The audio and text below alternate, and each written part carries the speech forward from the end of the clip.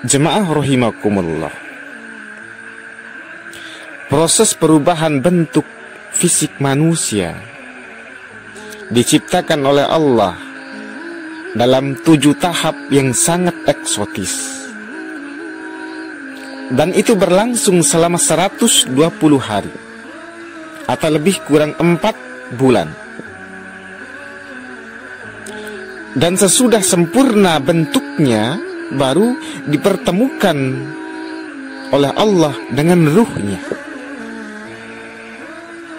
Itu dijelaskan oleh Allah dan dipaparkan oleh Allah dalam surat Al-Mu'minun ayat 12 sampai ayat 14. Dan sungguh kami telah menciptakan manusia dari saripati tanah.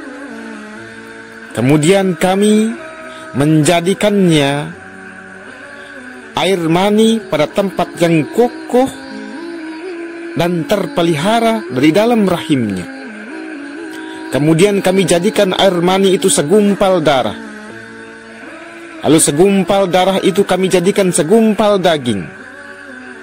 Lalu segumpal daging itu kami jadikan tulang-tulang. Lalu kami liputi tulang-tulang itu dengan daging. Kemudian kami menjadikannya makhluk yang berbentuk lain. Maha suci Allah, pencipta yang paling baik.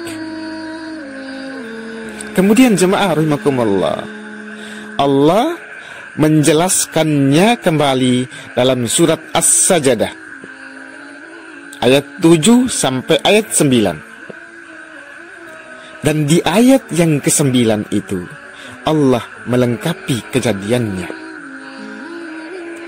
Tsumma sawwahu wa nafakha fihi min ruh wa ja'ala lakumus sam'a wal absara wal af'idah qalilan ma tashkurun. Kemudian dia menyempurnakan dan meniupkan ke dalam tubuhnya ruh ciptaannya, dan dia menjadikan bagi kamu pendengaran, penglihatan, dan hati. Akan tetapi kamu sedikit sekali bersyukur kepada Allah.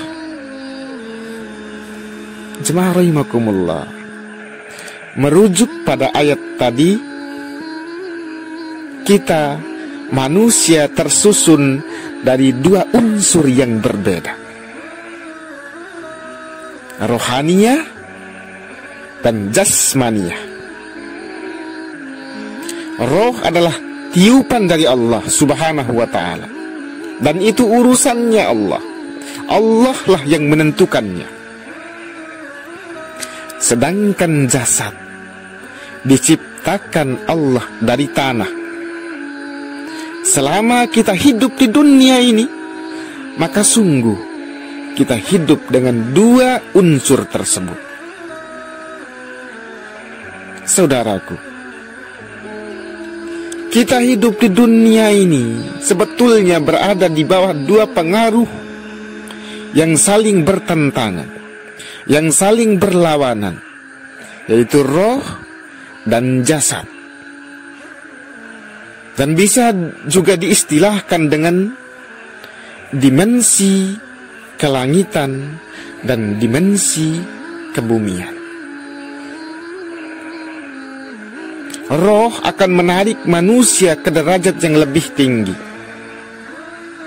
Maka ia akan mengajak pada kasih sayang, mengajak pada ketaatan dan kebaikan, dan pastinya senang pada kedamaian dan ketenangan. Sedangkan jasad akan mencondongkannya ke bumi untuk berusaha dan bersenang-senang di dalamnya, memuaskan keinginan dan kemauannya, memuaskan nafsunya, berperang dan bersaing antara sesama, saling membunuh, saling memfitnah, saling mengadu domba, saling menjelekkan yang lainnya, bahkan sampai akan menyeretnya ke titik terendah, disamakan derajatnya oleh Allah subhanahu wa ta'ala dengan binatang. Kenapa demikian jemaah rahimakumullah? Karena ia tidak gunakan hatinya dengan baik, tidak gunakan pendengarannya sebagaimana mestinya, dan tidak memanfaatkan penglihatannya sesuai dengan keinginan Allah. Maka Allah menyamakannya derajatnya dengan hewan. Ulaika kal an'am bal hum adhallun. Mereka itu seperti binatang ternak. Bal hum adhallun, bahkan melebihi binatang ternak.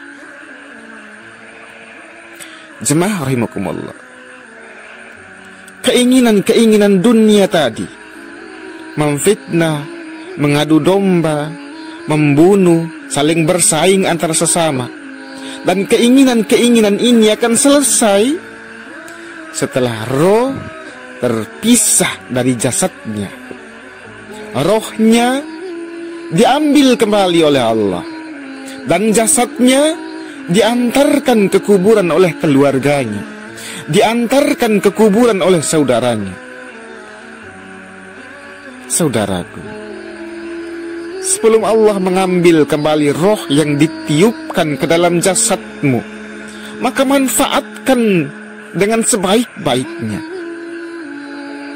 Karena Allah tidak rela rohnya yang suci kau kotori dengan berbagai macam kejahatan dan kemaksiatan. Allah tidak rela kau memfitnah, karena memfitnah itu dosa. Allah tidak rela engkau mengadu domba, karena mengadu domba itu dosa. Allah tidak rela kau membunuh manusia yang lainnya, karena membunuh itu dosa. Judi itu dosa, riba itu dosa, korupsi itu dosa, dan itu bisa mengotori roh suci yang dititip oleh Allah padamu. Maka fafirru ilallah, larilah kembali kepada Allah. Inni lakum minhu nadhirum mubin. Ini merupakan peringatan yang sangat nyata dari Allah Subhanahu wa ta'ala.